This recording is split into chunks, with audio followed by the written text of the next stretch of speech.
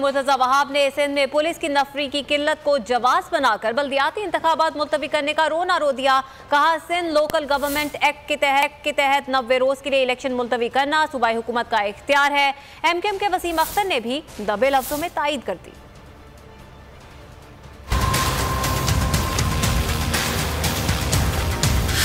17,500 अफसरान हैं, अहलकार हैं जिनका शॉर्टफॉल है सिंध पुलिस की जानिब से, जिसकी वजह से हम जो हैं इलेक्शन फिलहाल नहीं करा सकते। आज उन्होंने बयान दिया कि 17,000 पुलिस एहलकारों की डेफिशिएंसी है, उनकी अपनी रिपोर्ट के मुताबिक ऐसा नहीं है। मेरा टेन्योर ख़त्म हुआ था 30 अगस्त 2020 में, तो 120 डेज़ के बाद इलेक्शन हो जाने चाहिए थे, मगर अफसोस इलेक्शन आज 2 साल से ज़्यादा का अरसा हो चुका है, इलेक्शन नहीं कराए गए। काबीना डेट के अंदर रद्दोबदल कर सकती है और इन हालात की वजह से काबीना ने 10 नवंबर को ये फैसला किया कि 90 रोज़ के लिए इलेक्शन को मुलतवी कर दिया जाए और in the mean time election commission के साथ सिंध हुकूमत कंसल्ट करेगी और कंसल्ट करने के बाद नई तारीख का तयन कर दिया जाएगा। PTI, पीपल्स पार्टी, MQM, नून लीग बल्दियाती इलेक्शन न करवाने पर सब मुत्तफिक हैं। गवर्नमेंट ने बड़ा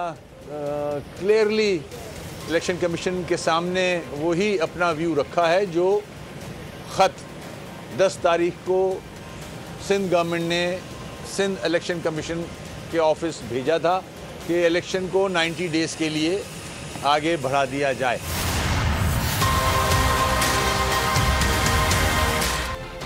आगे बढ़ेंगे। साबिक क्रिकेटर इंज़मामुल हक की बेटी की मेहंदी, लुड्डी डांस और आतिशबाजी ने महफिल की शान बढ़ा दी।